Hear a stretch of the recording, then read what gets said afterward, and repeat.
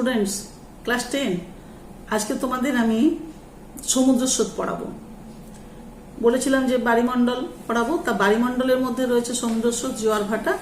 আজকে সমুদ্র স্রোত করে দিই, কালকে জোয়ার ভাটা করবো, পরপর তোমাদের ভিডিওগুলো পাঠাবো। যাই হোক, তাহলে আজকে আমি তোমাদের পড়াচ্ছি সমুদ্র স্রোত। সমুদ্র স্রোত কি, সমুদ্র স্রোত কত প্রকারের হয়, সমুদ্র স্রোত সৃষ্টির কারণ কি, সমুদ্র স্রোতের প্রভাব, সমুদ্র স্রোতের ফলে কি হয়, হ্যাঁ, জলবায়ু পরিবর্তনে সমুদ্র স্রোত কিভাবে সাহায্য করে, এইসব বহু বিষয়গুলো রয়েছে যেগুলো তোমাদের আজকে আমি পড়াবো। তা আমাদের এই পৃথিবীর বিরাট অংশ জুড়ে জলভাগ রয়েছে, তোমরা জানো। প্রশান্ত মহাসাগর, আটলান্টিক মহাসাগর, ভারত মহাসাগর, এই যে বিশাল জলের ভান্ডার, এই সাগরের যে জল এর কিন্তু স্থির থাকে না। এই জলের মধ্যে একটা মুভমেন্ট হয়, যেটাকে আমরা বলছি স্রোত, অর্থাৎ জল এক জায়গা থেকে অন্য জায়গায় স্থানান্তরিত হয়। তাহলে আমরা সমুদ্র স্রোত কাকে বলছি এটা আমাদের প্রথমে জানতে হবে। যে পৃথিবীর এই যে সমুদ্রের যে জলরাশি, বায়ু প্রবাহ, পৃথিবীর আবর্তন, সমুদ্র জলের উষ্ণতা, তার ঘনত্ব, তার লবণতার ঘনত্বের তারতম্য, এই সকলের কারণে যখন নিয়মিতভাবে নির্দিষ্ট পথে একমুখী প্রবাহিত হয়, একমুখে যখন প্রবাহিত হয়, তখন আমরা সেই প্রবাহকে বলি সমুদ্র স্রোত। যেমন তোমরা এই পৃথিবীর এই যে ম্যাপ দেখছো এখানে বিভিন্ন মহাদেশগুলো রয়েছে, আর এই নীল অংশগুলো এগুলো হচ্ছে মহাসাগর। তোমরা দেখছো এখানে বিভিন্ন রকম করে মানে লাইন দেয়া আছে, সেগুলো এখানে এটা দেখলে তোমরা বুঝতে পারবে। এই লাল কালি দিয়ে যে রেখাগুলো, যে স্রোতগুলো বোঝানো হচ্ছে সেটা উষ্ণ স্রোত, আর নীল দিয়ে যেটা বোঝানো হচ্ছে সেটা হচ্ছে শীতল স্রোত। ফলে এটা তোমাদের বুঝতে সুবিধা হবে। যাই হোক, তাহলে সমুদ্র স্রোত কি আমরা জানলাম, যে সমুদ্র স্রোত হচ্ছে যে বিশাল এই সমুদ্রের জলরাশি নিয়মিতভাবে নির্দিষ্ট পথে যেভাবে প্রবাহিত হচ্ছে, সেই প্রবাহকে বলছি আমরা সমুদ্র স্রোত। তা সমুদ্র স্রোত কত রকমের হতে পারে না, আমরা দেখছি যে সমুদ্র স্রোত উষ্ণতার তারতম্য অনুসারে আমরা দেখি উষ্ণ স্রোত, আবার দেখি শীতল স্রোত। যেমন তোমাদের যদি আমি বলি, তাহলে তোমাদের বুঝতে সুবিধা হবে যে পৃথিবীর যে তাপমণ্ডলগুলো রয়েছে, তার মধ্যে আমরা নিম্ন অক্ষাংশে উষ্ণমণ্ডল দেখতে পাই। এই উষ্ণমণ্ডলে জল সবচেয়ে বেশি গরম হয়, আর হিমমণ্ডলে জলের উষ্ণতা সবচেয়ে কম। তা আমরা দেখি কি যে এই উষ্ণমণ্ডলে, বিশেষ করে ক্রান্তীয় উপক্রান্তীয় অঞ্চলে জলের তাপমাত্রাটা বেশি হওয়ার কারণে জল খুব হালকা হয়ে আয়তনে প্রসারিত হয়ে যায়। হ্যাঁ, আবার এখানে প্রচুর বৃষ্টিপাতের জন্য ঘনত্বটাও কমে যায়। হ্যাঁ, ফলে কি হয়, জল বহিঃস্রোত রূপে, মানে উষ্ণ স্রোত কিন্তু বহিঃস্রোত রূপে প্রবাহিত হয়। তাহলে কম উষ্ণতার দিকে, অর্থাৎ নিরক্ষীয় অঞ্চল থেকে মেরু অঞ্চলের দিকে প্রবাহিত হচ্ছে। ঠিক আছে, আবার মেরু অঞ্চলে আমরা কি দেখছি না, ঠান্ডা বা শীতল সেখানে, কারণ উষ্ণতা সেখানে কম, সেখানের ওই ঠান্ডা শীতল জল অন্তঃস্রোত রূপে সমুদ্রের তলা দিয়ে প্রবাহিত হয়ে তার থেকে বেশি উষ্ণতার দিকে প্রবাহিত, উষ্ণ অঞ্চলের দিকে প্রবাহিত হচ্ছে। এই গেল উষ্ণ স্রোত এবং শীতল স্রোত। এছাড়াও আমরা এটাকে অন্যভাবে বলতে পারি যে পৃষ্ঠস্রোত। পৃষ্ঠস্রোত মানে তাহলে উষ্ণ স্রোত পৃষ্ঠ প্রবাহ রূপে বা বহিঃস্রোত রূপে প্রবাহিত হয়, আর অন্তঃস্রোত রূপে প্রবাহিত হয় শীতল স্রোত, বা যেটা গভীর সমুদ্রের স্রোত আমরা বলতে পারি তাকে। অর্থাৎ ঠান্ডা যেটা ভারী সেটা তলা দিয়ে প্রবাহিত হয়ে তার থেকে বেশি উষ্ণ অঞ্চলের দিকে প্রবাহিত হয়, আর উষ্ণ স্রোত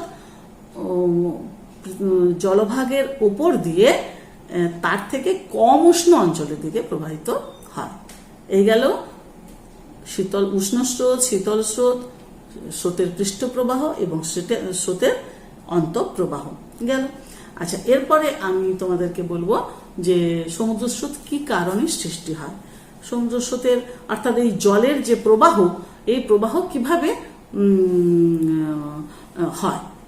হয়, অর্থাৎ এই উষ্ণ স্রোতই বা কিভাবে সৃষ্টি হচ্ছে, মেরু অঞ্চলের দিকে যাচ্ছে, মেরু অঞ্চল থেকে ঠান্ডা স্রোত বা কিভাবে আসছে, এগুলো এর জন্য যে কারণগুলো রয়েছে তার মধ্যে বায়ু প্রবাহ হচ্ছে সবচেয়ে গুরুত্বপূর্ণ একটি কারণ।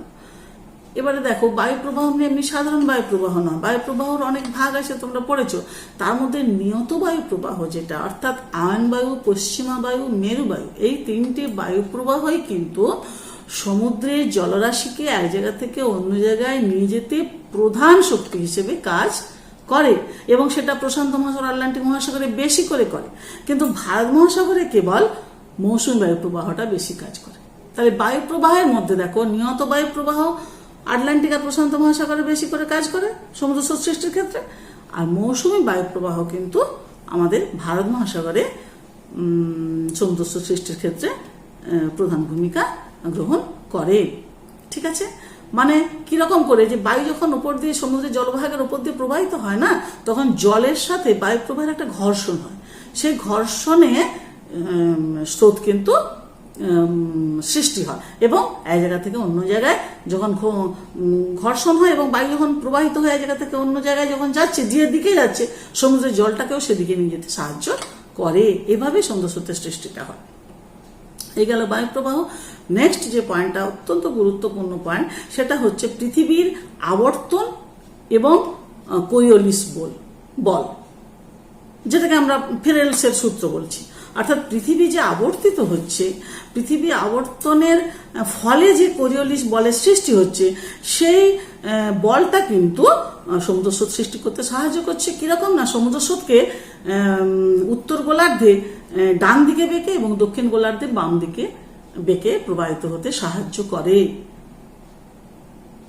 ঠিক হলো?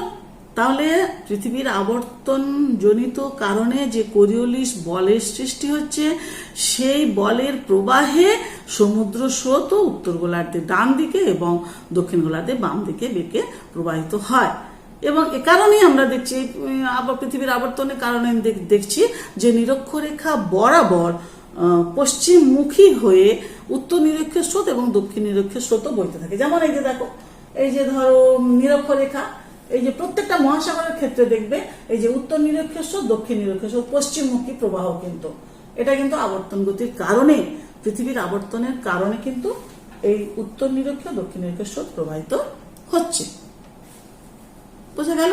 আচ্ছা, নেক্সট হচ্ছে সমুদ্র জলের যে উষ্ণতা।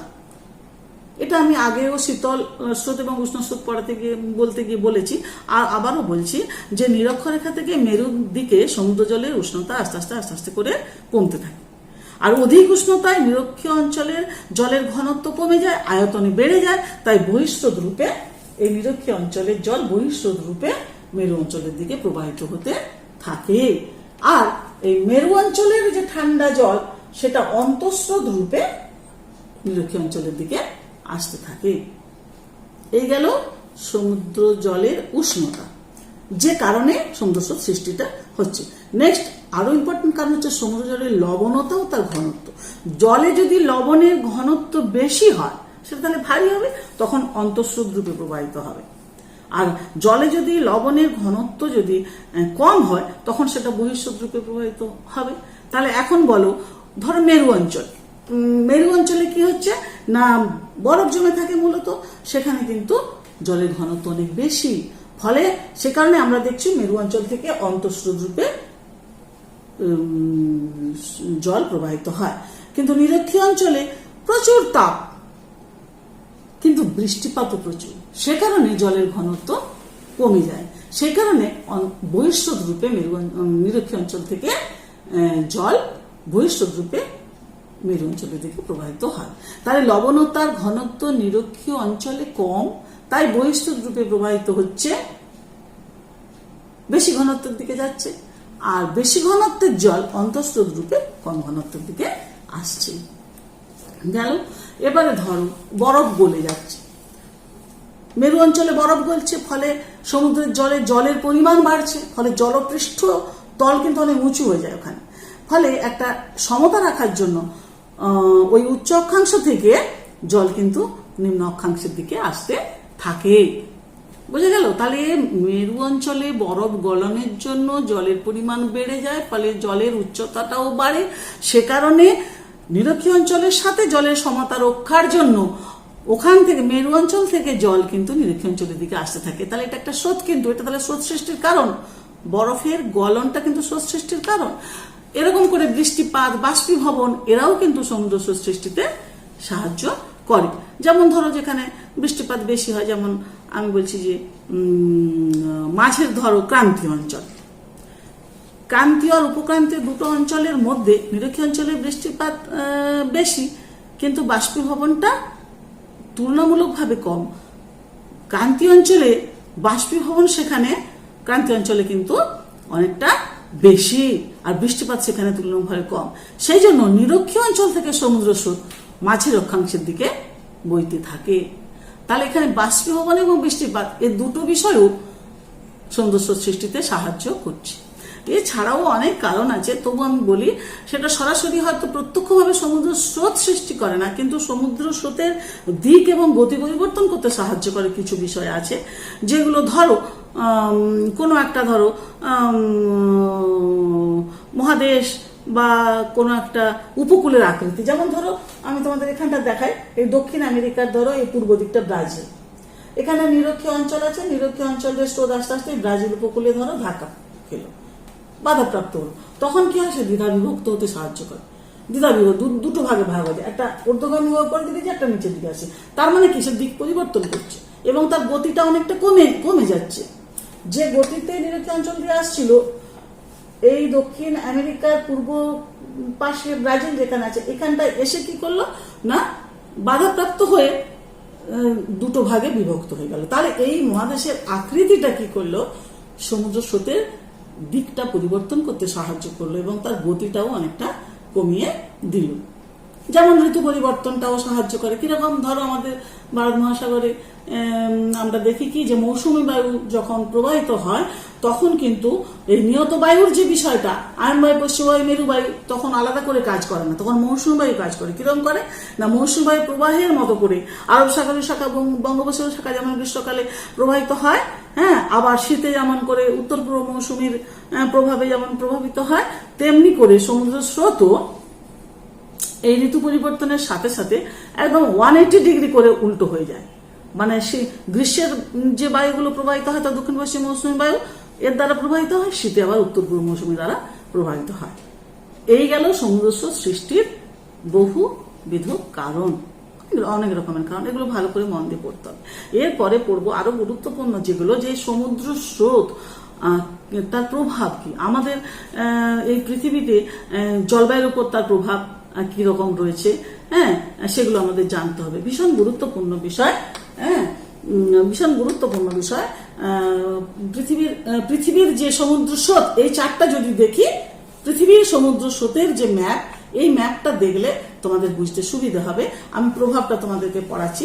যেমন ধরো জলবায়ুর উপর সমুদ্র স্রোতের প্রভাব, তাতে প্রথম আমি বলবো যে উষ্ণতা। জলবায়ুর উপর সমুদ্র স্রোতের প্রভাবে প্রথম বলছি উষ্ণতা। তাহলে উষ্ণতা কিভাবে, এই পুরো পৃথিবী দেখো, তার মধ্যে তোমরা জানো যে উষ্ণ অঞ্চল কোথায়, উষ্ণ স্রোত কিভাবে প্রবাহিত হয়, এর আগে এতগুলো এরকম করে পড়ালাম। এখানে দেখো উষ্ণতার প্রভাবটা কি করে হয়, যে শীতল অঞ্চলের ওপর দিয়ে, ধরো কোনো ঠান্ডা অঞ্চল, ধরো এই গ্রিনল্যান্ড বা এই যে অংশটা, এই যে কানাডা, আলাস্কা, এই অংশটা, এটা তো অত্যন্ত ঠান্ডা জায়গা, তোমরা জানো। এখানে তো শীতল স্রোত প্রবাহিত হচ্ছে, এই যে ধরো এখানে বেরিং স্রোত প্রবাহিত হচ্ছে, এখানে ধরো গ্রিনল্যান্ড, পূর্ব গ্রিনল্যান্ড এবং ল্যাব্রাডোর স্রোত, এগুলো ঠান্ডা স্রোত প্রবাহিত হচ্ছে। এর পাশ দিয়ে যদি যে উত্তর আটলান্টিক স্রোত যাচ্ছে, এটা আটলান্টিক মহাসাগরে, এখানে উত্তর প্রশান্ত মহাসাগরের স্রোত যাচ্ছে, এটা প্রশান্ত মহাসাগর, এটা কিন্তু উষ্ণ স্রোত, এই স্রোতটা উষ্ণ স্রোত, এই উত্তর প্রশান্ত মহাসাগর উষ্ণ স্রোত।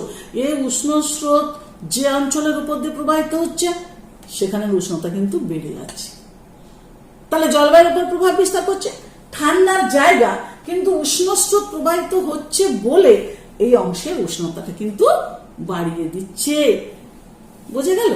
আবার যে অঞ্চল ধরো শীতল, সেখান থেকে শীতল স্রোত আসছে, শীতল স্রোত যদি উষ্ণ অঞ্চলের দিকে প্রবাহিত হয়, যে অঞ্চল দিয়ে প্রবাহিত হচ্ছে সেই জায়গার উষ্ণতাও কিন্তু কমিয়ে দেয়। তাহলে উষ্ণতা পরিবর্তনে সমুদ্র স্রোতের একটা ভূমিকা রয়েছে, যেটা জলবায়ু পরিবর্তনে সাহায্য করে, বোঝা গেল।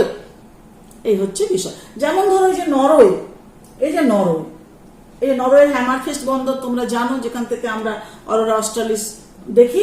এই যে এখানে, এটা তো ঠান্ডার জায়গা, প্রচন্ড ঠান্ডা। কিন্তু এখানে যে উত্তর আটলান্টিক স্রোত প্রবাহিত, এটা উষ্ণ স্রোত, এই লাল রঙের অ্যারো দিয়ে বোঝানো গেছে, এখানে প্রবাহিত হয় বলে কিন্তু এখানে জাহাজ চলাচল করে, মানে বরফ গলে যায়। তাহলে এটা একটা জলবায়ুর উপরে উষ্ণ স্রোতের প্রভাব। বোঝা গেল এই বিষয়টা। যেমন আরো পয়েন্ট আছে জলবায়ুর উপর যে প্রভাবগুলো, সেগুলোতে বলি। যেমন ধরো বৃষ্টিপাত বা তুষারপাত। উষ্ণ স্রোতের ওপর দিয়ে প্রবাহিত বায়ু বেশি জলীয় বাষ্প গ্রহণ করে বলে বৃষ্টির সম্ভাবনা বেড়ে যায়। যেমন ধরো আমি তোমাদেরকে যদি বলি, আমি আটলান্টিক মহাসাগরের ক্ষেত্রে দেখাচ্ছি যে এই উপসাগরীয় স্রোত, যেটা উত্তর আটলান্টিক স্রোত রূপে প্রবাহিত হচ্ছে, ইউরোপের পশ্চিম দিক দিয়ে প্রবাহিত হচ্ছে, এই উষ্ণ স্রোতের ওপর দিয়ে যে বাতাস বয়ে যায় না, সেই বাতাসও ওখান থেকে উষ্ণতাটা গ্রহণ করে এবং জলীয় বাষ্প তার বৃদ্ধি পায়। ফলে দেখা যাচ্ছে যে ইউরোপে প্রায় সারা বছর ধরে কম বেশি বৃষ্টিপাত হয়। এটা তাহলে উষ্ণতা বাড়া বলে বা উষ্ণ স্রোত যে অঞ্চলে প্রবাহিত হচ্ছে সেই অঞ্চলে বৃষ্টিপাতের একটা সম্ভাবনা রয়েছে। অর্থাৎ উষ্ণ স্রোত যে অঞ্চলের উপর দিয়ে প্রবাহিত হচ্ছে সেই অঞ্চলে ওই স্রোতের ওপর দিয়ে যে বায়ু প্রবাহিত হচ্ছে তার জলীয়বাষ্প ধারণের ক্ষমতা বেড়ে যায়। ফলে সে যেখানে দিয়ে প্রবাহিত হয় সেখানে বৃষ্টিপাত ঘটাতে সাহায্য করে, যেটা পশ্চিম ইউরোপের ক্ষেত্রে বা ইউরোপ মহাদেশের এই অঞ্চলের ক্ষেত্রে আমরা দেখি। বুঝতে পেরেছ? আরো যেমন হচ্ছে তুষারপাত কিভাবে করে দেখো। তুষারপাতটা কিভাবে করে, শীতল স্রোত প্রবাহিত অঞ্চলে কিন্তু উষ্ণতা কমে গেলে তুষারপাত হয়। যেমন ধরো এখানে আমি দেখাই, এখানেই দেখানো যাবে আটলান্টিক মহাসাগরের ল্যাব্রাডর স্রোত। ল্যাব্রাডর স্রোত ঠান্ডা স্রোত, শীতল স্রোত।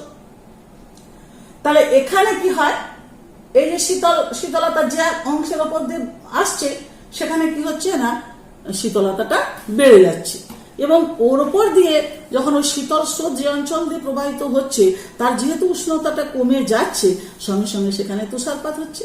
ফলে এই যে নিউফাউন্ডল্যান্ড, এই যে উপকূলটা নিউফাউন্ডল্যান্ড, এখানে কিন্তু কিছু কিছু তুষারপাত ঘটতে দেখা যায়। তাহলে বৃষ্টিপাত তুষারপাতও ঘটে স্রোতের প্রভাবে। এটা তাহলে জলবায়ুর উপরে একটা তার প্রভাব গেল। এবারে তোমরা জানো যে উষ্ণ স্রোত আর শীতল স্রোত যদি একসাথে মিলিত হয়, যেমন ধরো এই ল্যাব্রাডর স্রোত আর পূর্ব গ্রিনল্যান্ড স্রোত, এটা দুটোই শীতল স্রোত।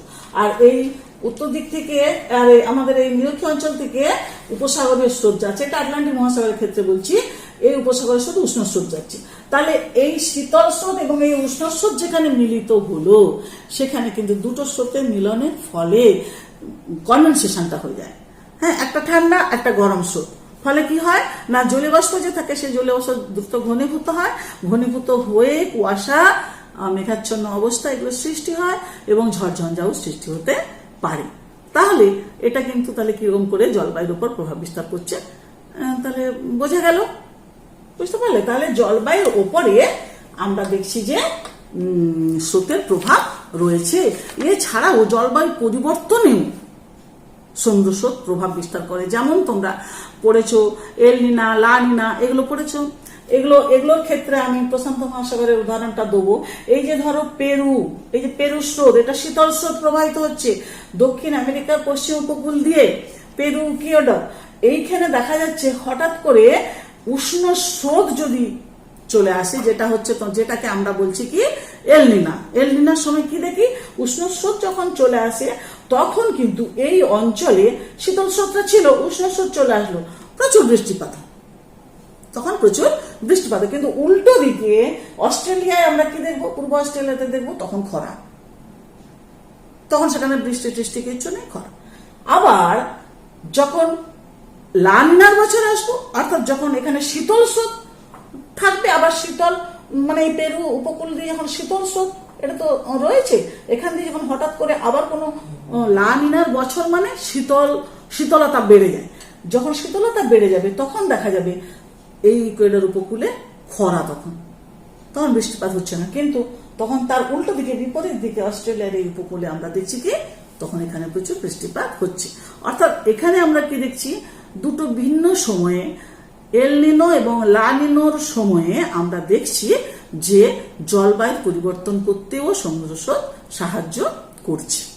এছাড়াও আরো বহু জিনিস রয়েছে। যেমন ধরো এখানে আমরা দেখছি এই যে অংশটাতে দেখছি বিভিন্ন মগ্ন চড়া মানে এখানে শীতল স্রোত আসছে, তার সাথে হিমশৈল ভেসে আসছে, আবার তলা দিয়ে উপসাগরীয় স্রোত যাচ্ছে, এখানে উষ্ণ স্রোত যাচ্ছে। যেমন এখানে বেরিং স্রোত শীতল স্রোত আসছে প্রশান্ত মহাসাগরের ক্ষেত্রে, আবার পুরুষীয় স্রোত যেটা উষ্ণ স্রোত যাচ্ছে, এই দুটোর মিলনে এখানেও মগ্নচড়ার সৃষ্টি হতে পারে। মগ্নচড়া মানে কি না, শীতল স্রোত যেখানে প্রবাহিত হচ্ছে, বরফ গলে যাচ্ছে, ফলে বরফের সাথে মিশে থাকা যে বালি পলি বিভিন্ন মেটেরিয়ালস, সেগুলো ওখানে জমে আস্তে আস্তে আস্তে আস্তে আস্তে আস্তে ভূমিভাগ গঠন করে, যেটাকে আমরা বলছি মগ্নচড়া। যেখানে কিনা বিভিন্ন ব্যাংক তৈরি হচ্ছে, ডগার্স ব্যাংক আমরা মানে গুরুত্বপূর্ণ নাম দিতে পারি, গ্র্যান্ড ব্যাংক, রকফল ব্যাংক, যেগুলো হচ্ছে বাণিজ্যিক ভাবে আবার সেগুলো উন্নত। কেন না, এই যে মগ্ন চড়াগুলো যেখানে সৃষ্টি হচ্ছে, যেহেতু দুটো স্রোতের মিলন হচ্ছে, উষ্ণ আর শীতল স্রোত, সেখানে মাছের খাদ্য প্ল্যাঙ্কটন প্রচুর পাওয়া যায়। ফলে কি হয় না, মৎস্য ব্যবসায়ীরা সেখানে আসে, প্রচুর মাছ ধরে। হ্যাঁ, তাই জন্য তাহলে এই যে মগ্ন চড়াগুলো যেটা বললাম, Grand Bank, Rockall Bank, Doggers Bank, এই যে ব্যাংকগুলো কিন্তু বাণিজ্যিক ভাবেও খুব উন্নত, মানে মাছের ব্যবসা, মৎস্য ব্যবসা এখানে কিন্তু গড়ে উঠেছে। তাহলে এগুলোও কিন্তু সমুদ্র স্রোতের প্রভাবে কিন্তু এগুলো ঘটে। আর দুটো জিনিস এইটা পড়া থেকে আর দুটো জিনিস বলে নিই। সমুদ্র স্রোত তোমাদের তো আগে যেমন ছিল ডিটেল পড়তে হতো, প্রশান্ত মহাসাগরের স্রোত, আটলান্টিক মহাসাগরের স্রোত, এখন তোমাদের সেগুলো পড়তে হয় না, এখন তার প্রভাব ফল এগুলো পড়ছো। কিন্তু ডিটেল যদি সমুদ্র স্রোত পড়তে তোমাদের আরো জানা হতো। যেমন ধরো এই যে কন্টিনিউ, এই যে উত্তর নিরক্ষীয় স্রোত, দক্ষিণ নিরক্ষীয় স্রোত বলে দুটো স্রোত কিন্তু নিরক্ষরেখা বরাবর প্রবাহিত হচ্ছে। তারপরে উষ্ণ স্রোত কিভাবে ওই নিয়ত বায়ুর প্রবাহের ফলে কিভাবে উষ্ণ স্রোত আস্তে আস্তে আস্তে আস্তে গিয়ে একদম মেরু অঞ্চলের দিকে চলে যাচ্ছে, আবার এই মহাদেশের উপকূল বরাবর এসে আবার নিরক্ষীয় স্রোতের সাথে মিশছে। সব মহাসাগরে এটা আমরা, এই দুটো মহাসাগরে এটা আমরা দেখতে পাবো। আর মাঝে দেখছি কি একটা চক্রাকার আবর্তন, অর্থাৎ এই উষ্ণ স্রোত নিরক্ষীয় অঞ্চল থেকে গিয়ে একেবারে শীতল স্রোতের সাথে মিললো, তারপরেও আবার আরো অগ্রসর হয়ে কিভাবে এসে চক্রাকার আবর্তন করে এসে নিরক্ষীয় স্রোতের সাথে মিশলো, এটা আমরা কিন্তু লক্ষ্য করবো সমুদ্র স্রোত পড়তে গিয়ে। কিন্তু সেখানে আমরা দেখছি একটা চক্রাকার আবর্তন আছে বলে ঠিক এই মাঝখানটায় কোনো স্রোত নেই, প্রায় স্রোতহীন অবস্থায় পড়ে থাকে বলে এখানে প্রচুর শ্যাওলা জমে, যেটাকে আমরা স্যারাগাসও বলি, আবার শৈবাল সাগরও বলি, যেটা প্রশান্ত মহাসাগরের ক্ষেত্রেও আমরা দেখতে পাই, আটলান্টিক মহাসাগরের ক্ষেত্রেও আমরা দেখতে পাই। যে এখানে সাগর বলছি, কিন্তু এগুলো আসলে ওই শ্যাওলা জমে একটা চড়া সৃষ্টি হয়, আর তার চারিদিকে স্রোত রয়েছে, কিন্তু সেই জায়গাটা মাঝখানে কোনো স্রোত নেই, স্রোতহীন ওই জায়গাটা।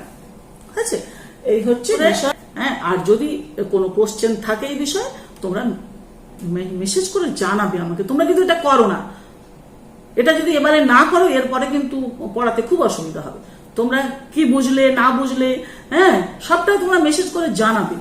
যদি কোনো কোশ্চেন থাকে সেটাও লিখে জানাবে যে ম্যাম এটা আমাদের বোঝা হয়নি, বা এটা আর একটু অন্যরকম করে বুঝিয়ে দিন, বা কিছু লিখবে। ঠিক আছে, শেষ করলাম। আচ্ছা, ভালো থেকো।